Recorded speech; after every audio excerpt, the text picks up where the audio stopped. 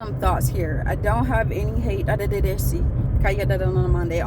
of the kingdom spouse prophecies or anything like that, or prophetic words that I see out there, especially from women. But what bothers me is that I never see like a right now word pertaining to women. I'm only going to speak from women's side. I'm not going to speak from men's side. From women who have been in domestic violence type of relationships or domestic abuse, right? You always hear about the generic prophecy that God is doing this right now in this season, or God is doing this in relation to this group of people, like nationally or internationally, but you never hear what God is doing relationally when you have gone through traumatic experiences such as violence, rape, just really toxic situations and relationships, and that healing process you need to go through before your kingdom spouse comes through, right? I get kind of tired of hearing the prophecies over and over and over about the kingdom spouse coming, and just generic. Oh, God's gonna bless you financially, and God's gonna give you the job, and you're blessed and highly favored. But what about when you're blessed and highly favored, but your ex is putting his hands on you, or your boyfriend or your husband or whatever, they're beating you, or they're forcing you into a situation that is hard for you to control, like you're in a narcissistic relationship with your boyfriend or your girlfriend if you're a guy, or your family is narcissistic, or like where's the more specific prophecies towards abuse? Because God has a right now word, right? Like, if God cares about our entire lives, why are we only hearing one part of the prophecy?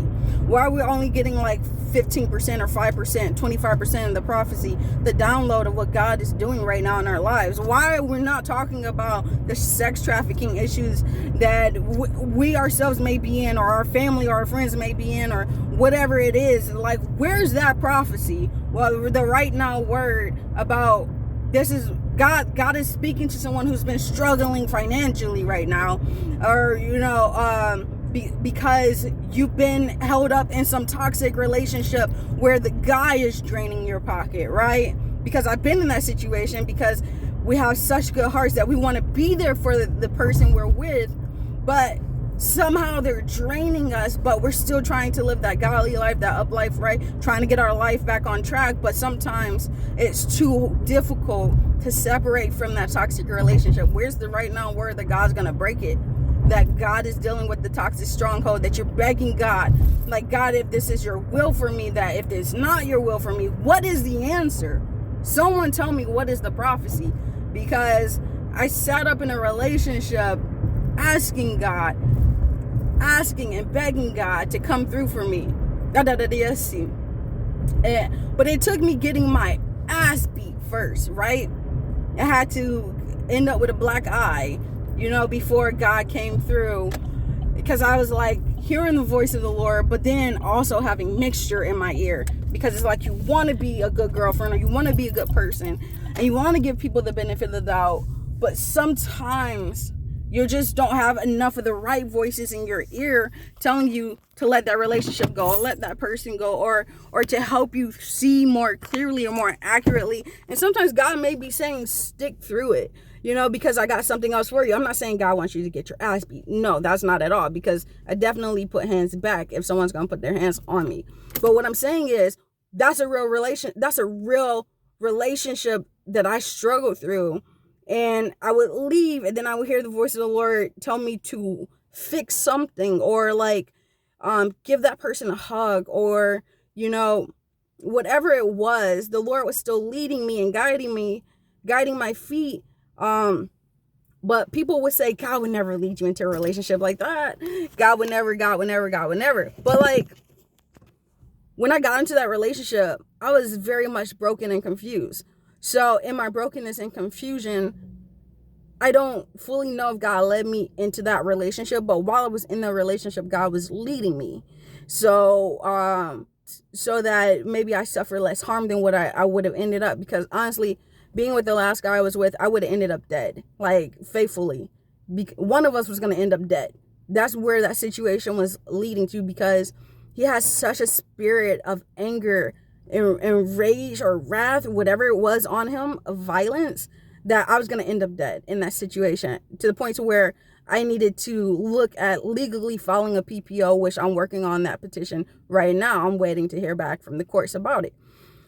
But and that was for my safety, the safety of who I'm living with. After my divorce, I had to move back in with my mom. So it's just like a lot of these things took place, and it was just like, what was I supposed to do in that relationship? And I'm not the only person who makes mistakes like this, but yet I never hear prophecies or a right now word about God knows what situation you're in relating to domestic abuse, or being in a narcissistic controlling marriage, or you trying to be the best wife or the best girlfriend, trying to do what God is calling you to do, and yet somehow it is breaking you down more and more and more. And you're like, what's the answer to that? I don't need to hear another prophecy about a kingdom spouse coming. Not to say that that is not a needed word for some people, but what about all the other messages God could be sending that we're just missing out on? Maybe I'm a little upset or irate about it, but I'm just like, I'm not a prophet, but I want to know, where's the right now word from Jesus about the hell I've been going through, right? And I know there's other women who've been going through it, even men who have been going through it, but I don't know. Maybe I'm just rambling. Maybe these are just my thoughts, but freedom of speech, I guess.